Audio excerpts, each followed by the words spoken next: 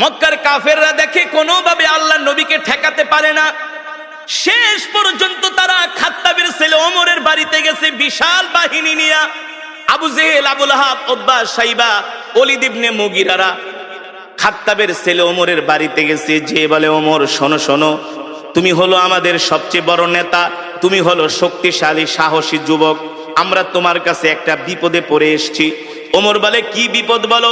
বলে, এই মুহাম্মদ আমাদের বিরুদ্ধে অপপ্রচার করে, এই মুহাম্মদ বানায়া বানায়া কবিতা বলে সেটাকে কোরআন বলে চালায় দেয়। ওমর বলো, আমরা তো মুহাম্মদের এই কর্মকাণ্ড মেনে নিতে পারি না। বলেন নাউজুবিল্লাহ। ওমর ছিলেন বুদ্ধিমান, জ্ঞানী। ওমর ছিলেন, এ কারণে একটা প্রবাদ বাক্য আছে, মূর্খ বন্ধুর চেয়ে জ্ঞানী শিক্ষিত শত্রুও ভালো। আবু জেহেল আগে ছিল শিক্ষিত, এখন হয়ে গেছে মূর্খ। কারণ ছিলেন আবাল হেকাম, হেকমতের অধিকারী, জ্ঞানের বাবা, এখন হয়ে গেছেন মূর্খের বাবা আবু জেহেল। এই মূর্খ শয়তান আয়েশা বলে, ওমর শোনো, মুহাম্মদ খুব ডিস্টার্ব করতেছি, মুহাম্মদকে তোমাকে ছাড়া কেউ দমাতে পারবে না, তোমাকে ছাড়া কেউ দমাতে পারবে না। ওমর বলে, বলো কি করা যায়? বলে, মুহাম্মদরে সাইজ করো। নাউজুবিল্লাহ বলবেন না? আরে আল্লাহ নবীকে সাইজ করবে পৃথিবীতে এমন কারো ক্ষমতা আছে নাকি? শক্তি আছে নাকি?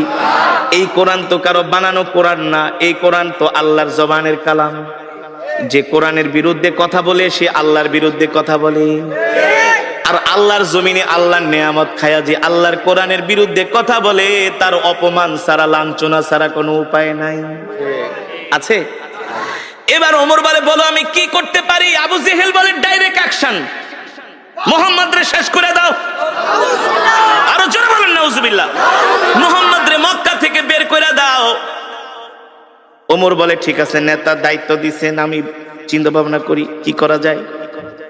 হেদায়েতের মালিক কি? হেদায়েতের মালিক আল্লাহ, হেদায়েতের মালিক আল্লাহ। হযরত ওমর বলে, ঠিক আছে, আমি চিন্তা করে দেখি মুহাম্মদকে কি করা যায়।